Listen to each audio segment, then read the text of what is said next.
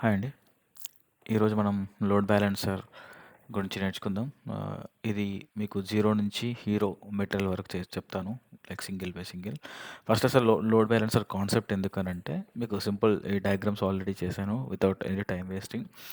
Simple architecture ఏంటంటే users ఉన్నారు కదా! యూజర్స్ అనేటోళ్ళు ఏం చేస్తారంటే డైరెక్ట్‌గా ఈ సర్వర్‌కి కనెక్ట్ అవుతారు. అంతే కదా!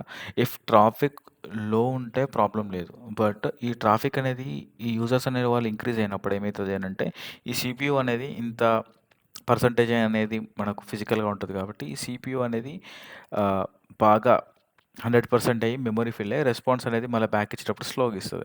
ఫైనల్‌గా ఏమైతది ఇదనేది క్లోజ్ అయిపోతదనమాట. దీన్ని ఈ ఫెయిల్యూర్‌ని ఎస్‌పీఓఎఫ్ అంటే సింగిల్ పాయింట్ ఆఫ్ ఫెయిల్యూర్ అంటాం బేసిక్‌గా మనం. ఓకే.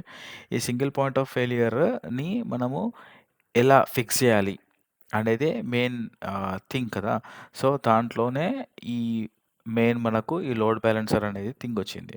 రైట్? ఇప్పుడు మీరు చూస్తే ఇప్పుడు డిఫరెంట్ కంప్యూటర్స్ ఉన్నాయి. ఒకటే రూటర్‌కి మన ఇంటర్నెట్ రూటర్‌కి ఉందనుకో, ఆ ఇంటర్నెట్ డౌన్ అయిందనుకో ఏ అప్లికేషన్ గూడా ఏది కూడా మనకు ఇంటర్నెట్ రాదు. మనం ఈవెన్ కనెక్ట్ కూడా కాలేమనమాట. దీన్నే ఎస్‌పీఓఎఫ్ అంటారు. Which is nothing but single point of failure. Right?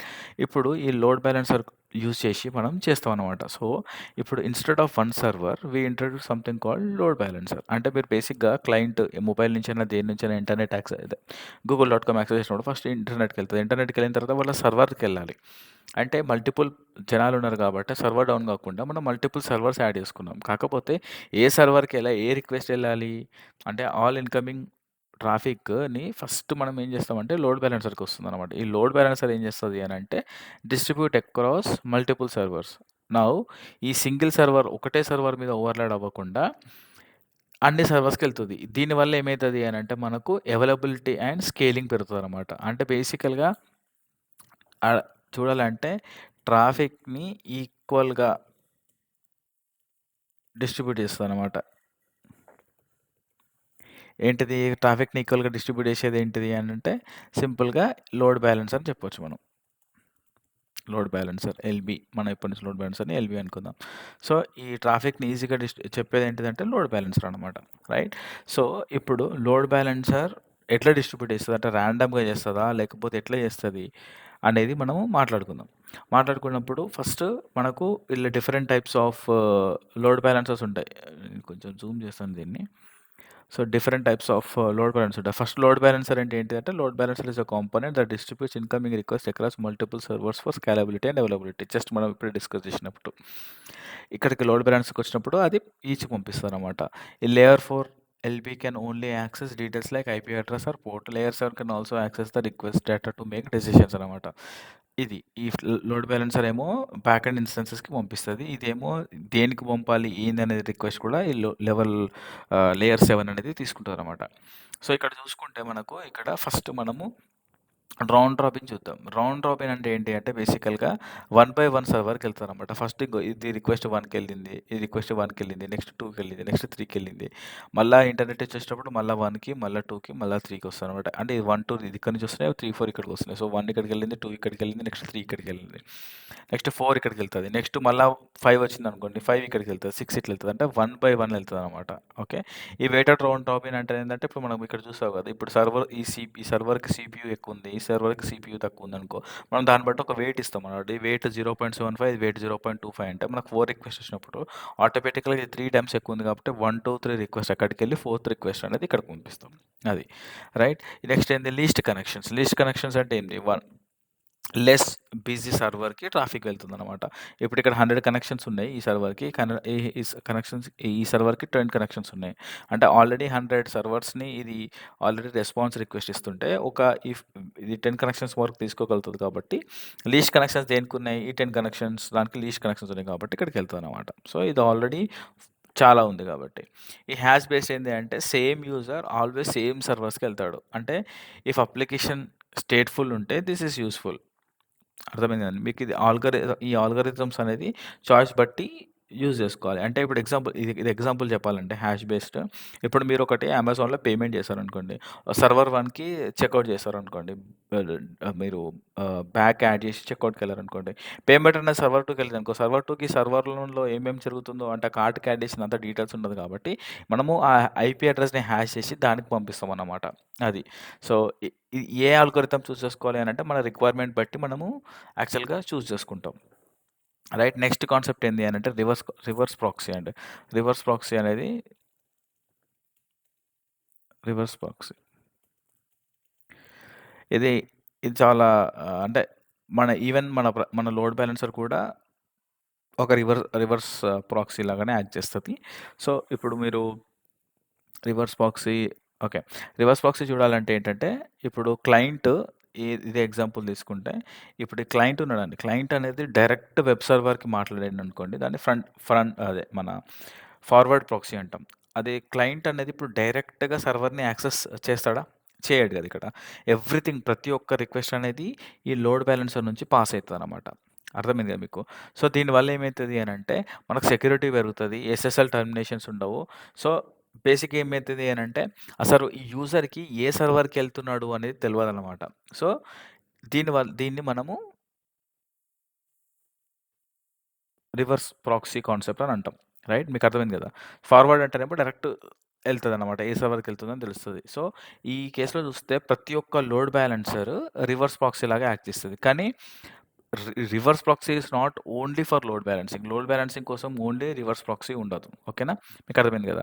Right. So, next చూస్తే మనము ఇప్పుడు ఈ లోడ్ బ్యాలెన్సర్ ప్రతి ఒక్క రిక్వెస్ట్‌కి పంపిస్తుంది. ఈక్వల్‌గా డిస్ట్రిబ్యూట్ చేస్తది. Right. If if let's say ఈ సర్వర్ S1 ఇది S2 ఇది S3 అనుకుంటే ఈ S1 అనేది డౌన్ అయిపోయింది. అంటే యాక్టివ్‌గా లేదు. మరి ఈ లోడ్ బ్యాలెన్సర్‌కి ఎట్లా తెలుస్తది? అంటే ఒక్క సర్వర్ క్రాష్ అయినా గానీ, ఈ లోడ్ బ్యాలెన్సర్ అనేది ఈ ఫెయిల్యూర్‌ని డిటెక్ట్ చేస్తది. ఎందుకు అనంటే ఇది హెల్త్ చెక్. హెల్త్ చెక్ అనేది ప్రతి ఒక్క 10 మినిట్స్‌కో, 5 మినిట్స్‌కో మనం పంపిస్తదనమాట. It automatically stop sending traffic to this particular unhealthy server. Right. So, ఇదే మనము హై అవైలబిలిటీ అంటామనమాట. ప్రొడక్షన్ సిస్టమ్‌లో ఇది పక్కా ఉండాలి. 100% ఇది ఉండాల్సిందే అనమాట. రైట్. సో, నెక్స్ట్ చూస్తే ఇప్పుడు ఇది చూస్తే మీరు సింపుల్‌గా క్లయింట్ నుంచి రిక్వెస్ట్ వస్తది. రిక్వెస్ట్ నుంచి మనకు లోడ్ బ్యాలెన్స్‌కెళ్తుందనమాట. లోడ్ బ్యాలెన్సర్ నుంచి రిక్వెస్ట్ అనేది ఫస్ట్ ఇక్కడికెళ్తది. రిక్వెస్ట్ 1 ఇక్కడికెళ్తది. రిక్వెస్ట్ 2, రిక్వెస్ట్ 3 ఇట్లెళ్తుంది. ఎళ్ళిన తర్వాత రెస్పాన్స్ ఎళ్తది. రెస్పాన్స్ నుంచి మళ్ళా ఇంటర్నెట్‌కెళ్తది. సో, ఈ ఈ క్లయింట్‌కి ఏ సర్వర్‌కెళ్ళింది, ఏం రిక్వెస్ట్ ఎళ్ళిందనేది తెలవదు. రైట్. సో, ఇక్కడ హెచ్‌టిటిపి 1 దీనికెళ్తుంది చూడు. ఫన్ ఇక్కడికెళ్ళింది. ఇక్కడికెళ్ళిన తర్వాత మళ్ళీ ఇప్పుడు ఈ క్లయింట్ అనేటోడు ఫోర్త్ రిక్వెస్ట్ పంపిస్తే ఇక్కడికెళ్ళకుండా ఇంగో ఇక్కడికెళ్తుంది. సో, ఇట్స్ లోడ్ బ్యాలెన్సర్ ఇష్టం అన్నమాట. ఎక్కడికి చేయాలి, ఏంది అనేది. సో, మనము ఆ లోడ్ బ్యాలెన్సర్ ఆల్గోరిథమ్స్ ఏమేమి యూజ్ చేయాలి అనేది మనం పైన డిజైన్ చేసుకున్నాం కదా! ఇట్లా అన్నమాట. రైట్. సో, ఇప్పటిదాకా ఈ లోడ్ బ్యాలెన్సర్‌ని ఇంకా ఆహ్, ఎట్లా మనము ఇంతకుముందు మాట్లాడుకున్నాం గదా! డిఫరెంట్ ఆల్గోరిథమ్స్ ఉన్నాయని జెప్పేసి.